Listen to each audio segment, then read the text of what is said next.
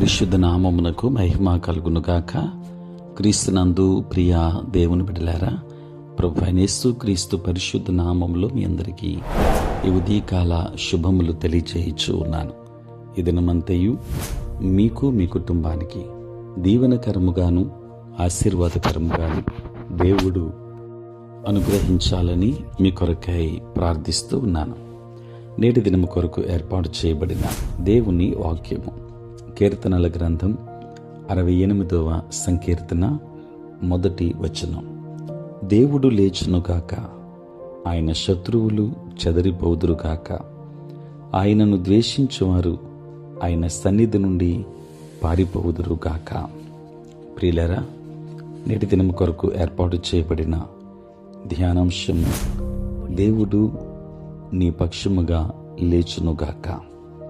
ప్రియులారా, లేచును అను పదాన్ని మనం ధ్యానిస్తే, మన పక్షమున కార్యములు చేసి మన కొరకు వ్యాజ్యమాడి యుద్ధము చేయటానికై దేవుడు లేచును. ఆయన ఊరుకొనడు. ఒక వ్యక్తి కూర్చునినప్పుడు లేక పండుకొనినప్పుడు హఠాత్తుగా వచ్చి, ఎవరైనా మీ కుమారుడు కారు ప్రమాదమునకు గురై ఉన్నాడని చెప్పిన ఎడల అతడు ఏమి చేస్తాడు? విని ఊరుకొనక తక్షణము లేచి పరుగెత్తుతాడు. ప్రియులారా, తన బిడ్డ ఎడల ఉన్న ప్రేమను బట్టి లేస్తున్నాడు. బాధపడు వారికి చేయబడు బలాత్కారమును బట్టి, దరిద్రుల నిట్టూర్పులను బట్టి నేనిప్పుడే లేచెదను. రక్షణను కోరుకున్న వారికి నేను రక్షణ కలుగు చేసేదను అని 12వ సంకీర్తన 5వ వచనంలో మనం చూస్తాం. దేవుని బిడ్డలారా, బాధపడువారు అను మాటను గమనిస్తే, ఈ లోక జీవితంలో మనలను కొందరు బాధ పెట్టొచ్చు. అయితే మన నిట్టూర్పు విని సహాయం చేయడానికి ప్రభువు లేచుచున్నాడు. మీ కుటుంబంలో నిట్టూర్పు విడుస్తున్నారా? మీరు పనిచేయు స్థలములో నిట్టూర్పు విడుస్తున్నారా? నేడు నిట్టూర్పు స్వరమును, కన్నీటి స్వరమును ఆయన చెవులు వినుచున్నవి. ఆయన లేచి విజృంభించుచున్న శత్రువులను అనగదొరుకును.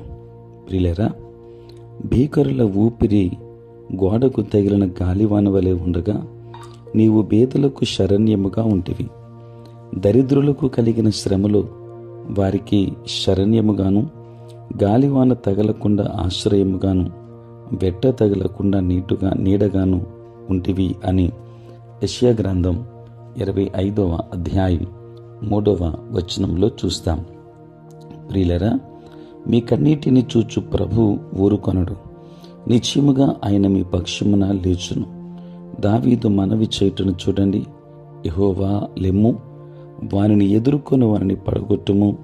దుష్టుని చేతుల నుండి నీ ఖడ్గము చేత నన్ను రక్షింపము. లోకుల చేతుల నుండి ఈ జీవితంలోనే తమ పాలు పొందిన ఈ లోకుల చేతుల నుండి నీ హస్తబలము చేతనను రక్షింపుము అని 17వ సంకీర్తన 13, 14 వచనాలు చూస్తాం. దేవుని బిడలారా, దేవుని సుఖ దుఃఖముల యందు దేవుని వైపు చూడండి. మీకు సహాయం చేయు నిమిత్తము ఆయన మీ పక్షమున లేచును. మీ శత్రువులు చెదరిపోవుదురు, మిమ్మల్ని ద్వేషించువారు చెదరిపోవుదురు. ఆయన మీతో ఉన్నాడు, మీ పక్షముగా ఆయన లేస్తున్నాడు. కనుక ఆయన మీద విశ్వాసం ఉంచి ఆయన మీద ఆధారపడినప్పుడు మీ పక్షముగా లేచేవాడు ఆయనే. దేవుడు మిమ్మల్ని, మీ కుటుంబాన్ని బహుగా దీవించునుగాక. ఆమేన్. ప్రార్థన. పరిశుద్ధుడైన తండ్రి, ప్రేమ కలిగిన మా యేసయ్య, మీ పరిశుద్ధ నామమునకు వందనాలు, స్తుతులు, స్తోత్రాలు చెల్లిస్తున్నాము నాయన.